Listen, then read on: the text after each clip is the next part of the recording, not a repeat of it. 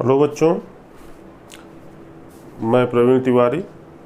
इससे पहले मैंने मैथ्स का वीडियो पार्टनरशिपिंग यानी साझेदारी पे बनाया था। 2 वीडियो ऑलरेडी बन चुके हैं, ये मैं तीसरा बना रहा हूँ। और इसमें मैं कुछ ऐसे क्वेश्चंस लूँगा जो बहुत हाईली अप्रोच वाले क्वेश्चन होते हैं और बहुत ही अच्छे क्वेश्चन होंगे। तो ज़्यादा समय न ख़राब करके हम लोग सीधे प्रश्न पे आते हैं। प्रश्न देखिए क्या कहता है, साझेदारी का प्रश्न है ये। देखिए क्या कह रहा है, ए, बी और सी एक साझेदारी करते हैं, यानी 3 लोग हैं, ए बी और सी, ये मिल करके कोई बिजनेस साझे में यानी पार्टनरशिपिंग में बिजनेस स्टार्ट करते हैं। ए कुल पूंजी का 1/4 1/4 समय के लिए तथा बी कुल पूंजी का 1/5 भाग आधे समय के लिए लगाता है। देखिए 1/4 समय के लिए और आधे समय के लिए।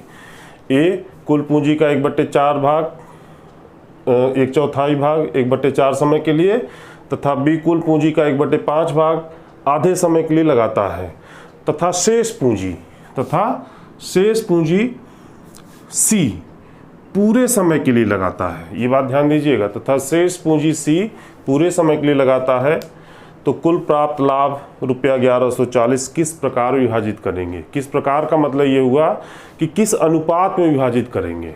ठीक है, तो जैसा कि आपको मैं बता चुका हूँ पार्टनरशिपिंग में कि लाभ उसी अनुपात में विभाजित होता है जिस अनुपात में निवेश किया जाता है। और निवेश क्या होता है, निवेश होता है पूंजी गुणे समय। निवेश यानी इन्वेस्टमेंट क्या है, कैपिटल इनटू टाइम, पूंजी गुणे समय। ठीक है, तो हम इनका रेशियो बनाएंगे, इनके निवेश का। देखिए कैसे बनाया जाएगा, ए, बी और सी का हम रेशियो बनाएंगे। ठीक है, ए 1/4 भाग 1/4 समय के लिए, यानी कोई भी बिजनेस प्रारंभ करने के लिए पूंजी निश्चित होती है, निर्धारित की जाती है कि इतनी पूंजी लगेगी। तो जितनी भी लगती है उसका 1/4 भाग, 1/4 मतलब 1/4 भाग। और 1 वर्ष के लिए जनरली हम लोग पढ़ते हैं, जो हम इस समय जो हमारा ये सिलेबस है उसमें हम प्रॉफिट को 1 वर्ष बाद डिवाइड करते हैं, यानी पूरा निवेश जो है 12 महीने का होता है। तो ये 12 महीने पूंजी होती है। तो ठीक है, 1 वर्ष तो 1/4 भाग और 1/4 समय के लिए यानी 1/4। ठीक है, ये ए का निवेश हो गया, ये ए का निवेश हो गया। ठीक, अब बी देखिए क्या कहता है, बी कुल पूंजी का 1/5 भाग 1/5 भाग कितने समय के लिए, आधे समय के लिए। आधा मतलब 1 वर्ष का आधा 1/2 गुणे 1/2। ठीक है, अब सी का जो निवेश है ये देखिए क्या है, ये कहता है शेष पूंजी पूरे समय के लिए। शेष पूंजी का मतलब ये हुआ कि 1/4 माइनस शेष का मतलब हुआ कि कंप्लीट यानी पूरी पूंजी को 1 माना जाएगा, पूरी पूंजी को 1 माना जाएगा।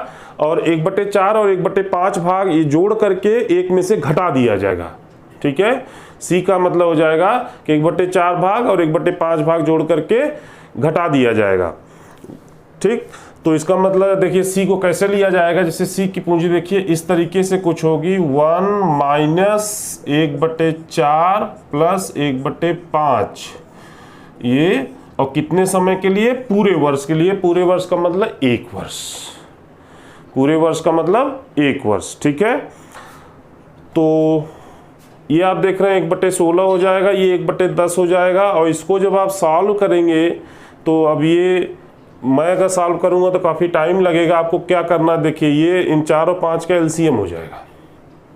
ठीक है, 4 और 5 का एलसीएम 20 होगा। पहले आप इस ब्रैकेट को सॉल्व करेंगे, फिर 1 माइनस जो भी आएगा, ये पूरा ये ब्रैकेट जब आप सॉल्व करेंगे तो फाइनली आपके पास आएगा ये 11/20, 11/20 ये पूरा आएगा। ठीक है, मैं ओरल बता देता हूँ क्या होगा एलसीएम इसका। जैसे 20 एलसीएम हुआ, ठीक, तो 20 एलसीएम का मतलब ये हो जाएगा कि ऊपर आ जाएगा आपका 5 और इधर 4, 5 4 9, 9/20। और 1 माइनस 9/20 जब आप करेंगे तो कितना हो जाएगा, मैं थोड़ा सा कहीं साइड में कर देता हूँ, देख लीजिए, उसको आप समझ लीजिएगा। 1 - 9/20 ये आपका 11/20 हो जाएगा। और ये 9 कैसे हुआ, इसका जब आप एलसीएम लेंगे 4 और 5 का 20 हो जाएगा। आपको इतना तो मालूम ही होगा, 4 से 20 को भाग देंगे 5 एकम 5 और 5 को 20 से भाग देंगे तो 5 चौके 20 तो 4 एकम 4 तो 5 4 9 यानी 9/20। 1 माइनस 9/20 बराबर कितना होता है 11/20। ठीक है, तो ये आप समझ लीजिए। इसको मैं डायरेक्ट लिखूंगा तो डायरेक्ट हमारा जो रेशियो बन के आएगा 1/16, 1/10 एंड 11/20। ठीक है, इस रेशियो में आपको डिवाइड करना है। तो चूंकि इस रेशियो में भी आप कर नहीं सकते, इसको सिंप्लीफाई करना है, तो आपको क्या करना है 16, 10 और 20 का एलसीएम लेना है। 16, 10 और 20 का जब आप एलसीएम लेंगे तो 16, 10 और 20 का एलसीएम होता है 80।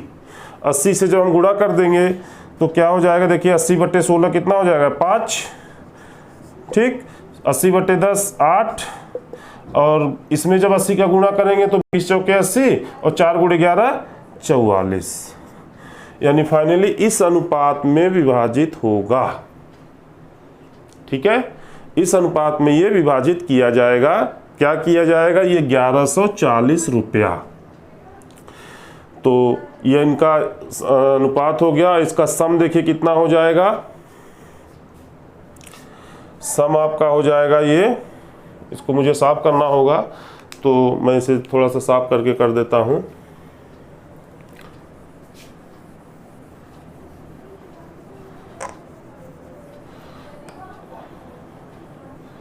अब देखिए 5, 8 और 44 ये इसका हमारा फाइनली एलसीएम आया, और एलसीएम आएगा तो इसका सम हो जाएगा 57। ठीक है, 52 + 5, ये 8 और 44, 52 + 5 57। तो हमको ए पार्ट का ए का भाग निकालना है। तो आप काफ़ी पढ़ चुके हैं, मेरे भी वीडियो मैंने कई बार इसको करा चुका, तब इतना टाइम नहीं लगाएंगे। देखिए ए का शेयर निकालना है, ए का लाभांश। तो ये कैसे निकालेंगे, 1140 × 5/57। ये 57 कहाँ से आया, इसका योग है, इन तीनों का सम। इन तीनों का सम आता है 57, और 57 जब आप इसको काटेंगे तो ये देखिए 20 आएगा यानी 100। राइट, बी का लाभांश क्या हो जाएगा, एक बार जब आपने 1140 को 57 से भाग दे दिया, भागफल आया 20, तो आपको कुछ नहीं करना, 20 × 8। ठीक, 20 × 8 कितना हुआ 116। सी का लाभांश कितना हो जाएगा 20 × 44। ठीक है, तो ये कितना हो जाएगा 44 दूनी 88, 880। ठीक है, तो ये आप इस तरीके से इस प्रश्न को करेंगे। इस प्रश्न में क्या मूल बात क्या थी, इस प्रश्न में मूल बात यही थी कि जो इनका ये दिया हुआ है स्टेटमेंट दिया हुआ, इसमें आपको डायरेक्ट रेशियो नहीं दिख रहा है, आपको वो रेशियो बनाना था जैसे हमने बनाया है। और जैसे ही आप रेशियो बना लेंगे तो आपको मालूम है कि जो लाभ है उसको दिए हुए अनुपात में विभाजित करना, वो आप इजिली कर सकते हैं। ठीक है, ओके, अगला प्रश्न देखते हैं।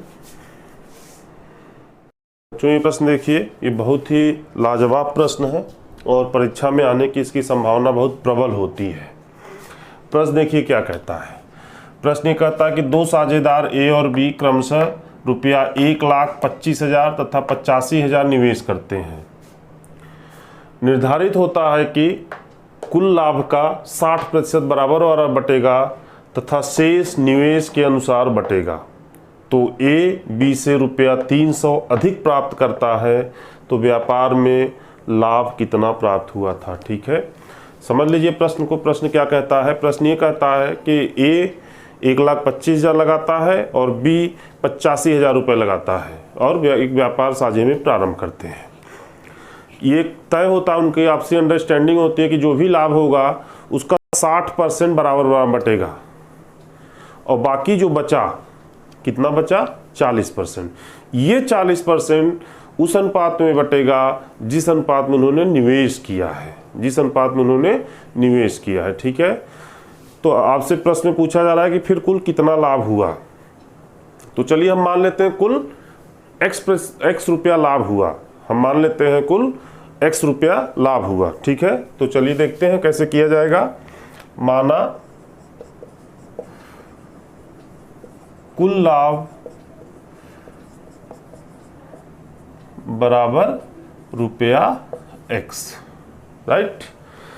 तो अब ये इसका 40% तो बराबर बराबर बटेगा, तो उसमें हमको जाना ही नहीं है, उसमें हमें जाना ही नहीं है, ठीक है। तो विभाजित करने योग्य राशि जो होगी, जो उस अनुपात में विभाजित होगी, वो केवल इसका 40% होगा, क्योंकि 60% बराबर बढ़ जाएगा। तो मैं यहाँ एक स्टेटमेंट लिखता हूँ कि प्रश्न के अनुसार विभाजित योग्य राशि, प्रश्न के अनुसार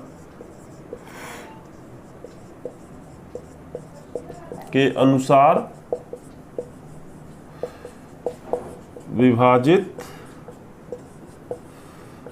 योग्य राशि, वो देखिए क्या होगा, वो होगा x गुणे 40/100, ठीक है।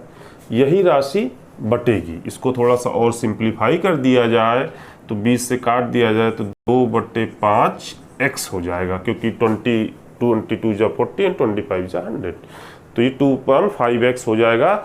यही वो राशि होगी जो उस अनुपात में विभाजित होगा जिस अनुपात में इन दोनों ने निवेश किया है, ठीक है।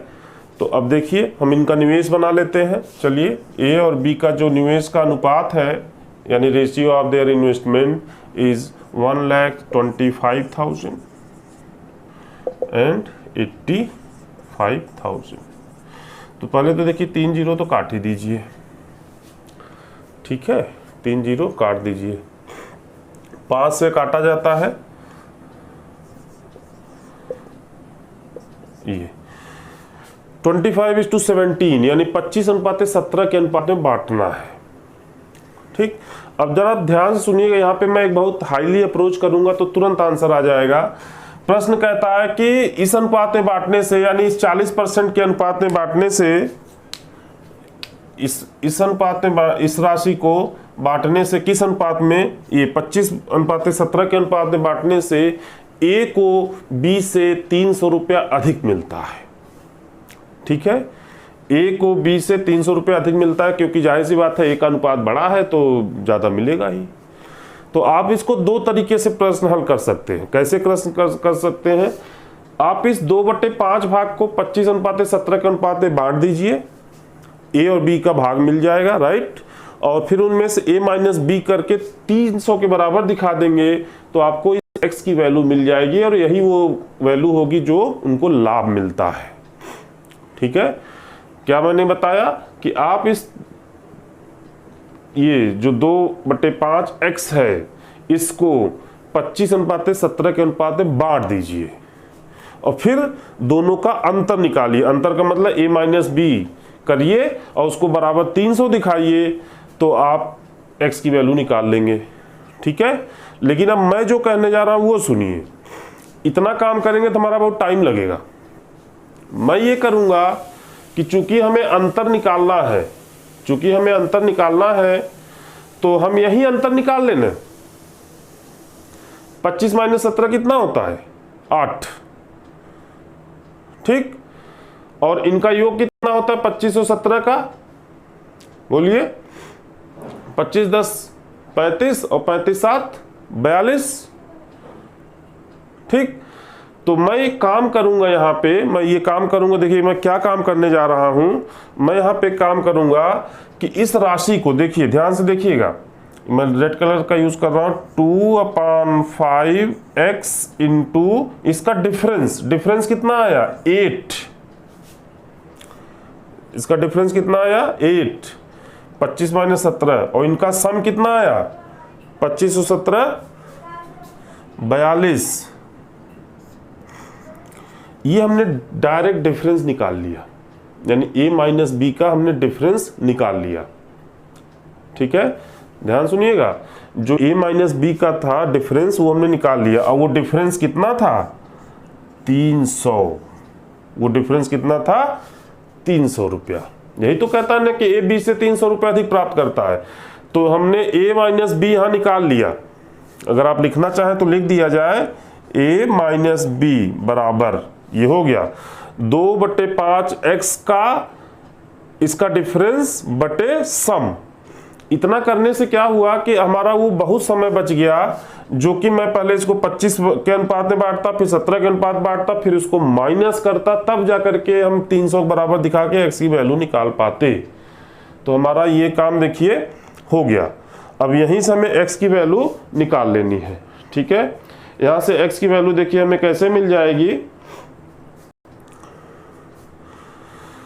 काट दिया जाए कुछ, देखिए ये कट जाएगा, ये 21 हो गया, और फाइनली आपके पास बचेगा क्या, देखिए x गुणे 8 बटे 5 गुणे 21 कितना हुआ, 5 गुणे 21 कितना हो जाएगा, 105 बराबर 300।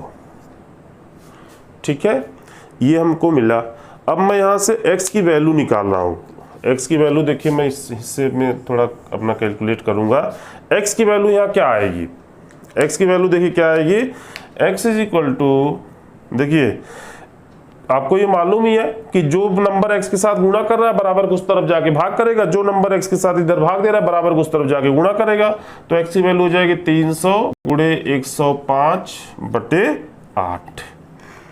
ठीक है, देखिए ये आपका आया 300 गुणे 105 बटे 8। इसको आप सॉल्व करेंगे तो ये आएगा डेसिमल में, और डेसिमल में जो इसका आंसर आएगा वो आएगा 3937.50। ठीक है, 3937.50, यही वो लाभ है। लाभ कितना हो गया, 3937.50। ये डेसिमल में आएगा, इसको आप लोग अपने से सॉल्व करके देख लीजिएगा, और इस तरीके से ये क्वेश्चन किया जाएगा। क्वेश्चन में बस समझने वाली बात क्या थी कि जो ये कह देता है कि 60% बराबर बटेगा, ठीक, तो 60% को आप छू नहीं सकते, तो बचा कितना, 40%। 40% ही देखिए ये है, ये राशि हमारी 40% है, ये जिसको कैलकुलेट करने के बाद 2/5 x आया, और ये x क्या था, हमने मान रखा था कि यही x लाभ है। इसी x को दिए हुए अनुपात में बांटना है। अब आप इस वीडियो को रिवाइंड करके देख लीजिएगा कि वो अप्रोच कैसे लगाया गया, कि डायरेक्ट हम डिफरेंस निकाल लिए। बाकी तो आप सबको मालूम है कि दोनों अनुपात में बांट करके अंतर कर दीजिए, x की वैल्यू मिल जाएगी। लेकिन थोड़ा समय बचाने के लिए हमने क्या किया, 25 - 17 8 बटे 25 + 17 यानी उसका सम, और बराबर 300 दिखाया, हमारा डिफरेंस आ गया, लाभ आया 3937.50 रुपीस। हाँ बच्चों, तो ये प्रश्न देखिए, ये भी बहुत अच्छा प्रश्न है, और वैसा ही है जैसा अभी आपने पिछला प्रश्न किया। प्रश्न ये कहता है कि A और B 3:2 के अनुपात में निवेश करके एक व्यापार प्रारंभ करते हैं। प्राप्त कुल लाभ का 5%, प्राप्त कुल लाभ का 5%, देखिए 5% भाग दान में दिया जाता है, दान यानी चैरिटी किया जाता है, दान में दे दिया जाता है। शेष दोनों के मध्य विभाजित होता है, शेष दोनों के मध्य विभाजित होता है। यदि A का लाभांश 855 रुपया हो, यदि A का लाभांश 855 रुपया हो तो कुल लाभ कितना था, ये हमसे पूछा जा रहा है। ठीक, बहुत आसानी से वही काम जैसा पिछला किया था कि माना कुल लाभ x है, माना कुल लाभ x,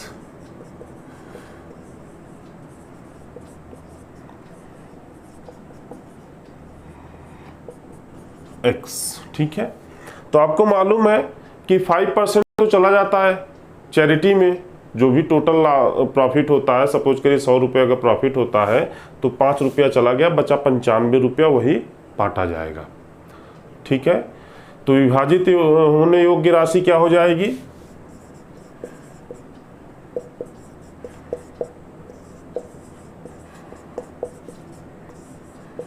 राशि देखिए क्या हो जाएगी, 95/100x। क्यों, क्योंकि 5% निकल जाना है, 5% दान दे दिया जाता है, तो 95% ही बचेगा, यानी 95% बच जाएगा। तो x का 95% ही हुआ 95/100x।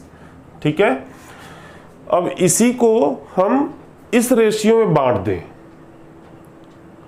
और उसको A का शेयर निकाल लिया जाए और उसके बराबर दिखा दिया जाए 855। तो A का जो शेयर है यानी लाभांश है उसकी वैल्यू है 850, और यहीं से हमें x की वैल्यू मिल जाएगी। तो देखिए फिर क्या करना है, कुछ नहीं है, A का लाभांश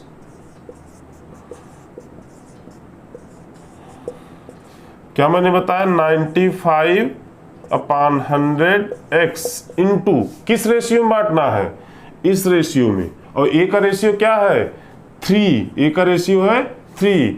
तो आपको अब तक मालूम हो चुका है 3/5 कैसे आया, 3 + 2 5 से डिवाइड करेंगे, पहला रेशियो मल्टीप्लाई करेंगे ए का भाग, दूसरा रेशियो मल्टीप्लाई करेंगे बी का भाग। चूंकि हमें ए का भाग निकालना है तो हम 3 से मल्टीप्लाई करेंगे और 3 + 2 5 से डिवाइड कर देंगे।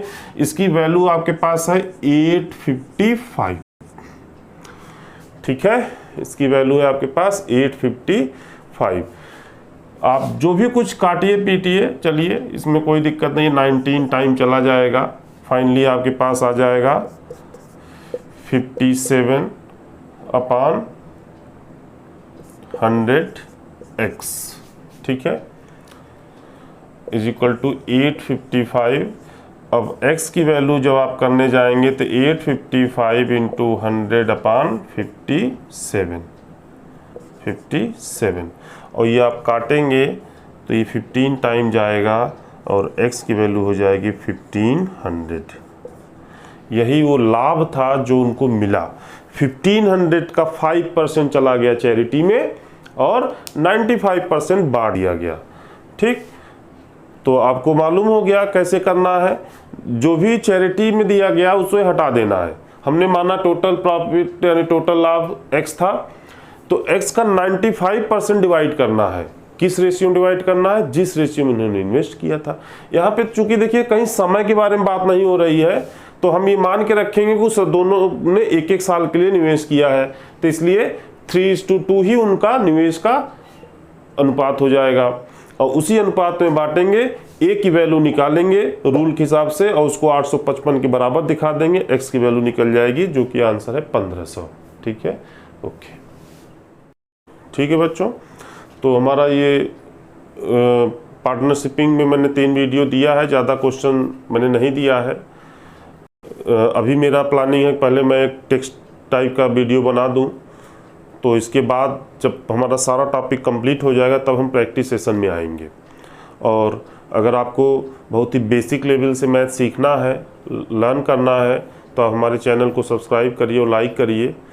इसके बाद जब मैं प्रैक्टिस सेशन में आऊँगा तो फिर इतना डिस्क्रिप्टिव नहीं रखा जाएगा, इतना आपको चीज़ें नहीं होंगी, सीधे सीधे आपको प्रैक्टिस कराएंगे और उसमें कैलकुलेशन मैं उम्मीद करके रखूँगा कि आपको आता है, तब मैं ये सब कैलकुलेशन नहीं दिखाऊँगा। ठीक है, ओके।